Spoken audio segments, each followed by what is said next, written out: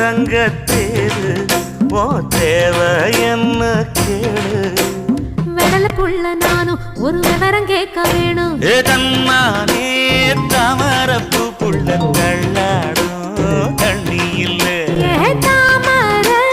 புத்திருச்சே மாமா தாவணி வாங்கி வாங்க ஊரெல்லாம் கூட்டிக்கிட்டு வருவேனே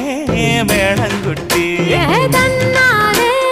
தாமரப்பு மாமா தள்ளாடும் தண்ணியில ஏதாம்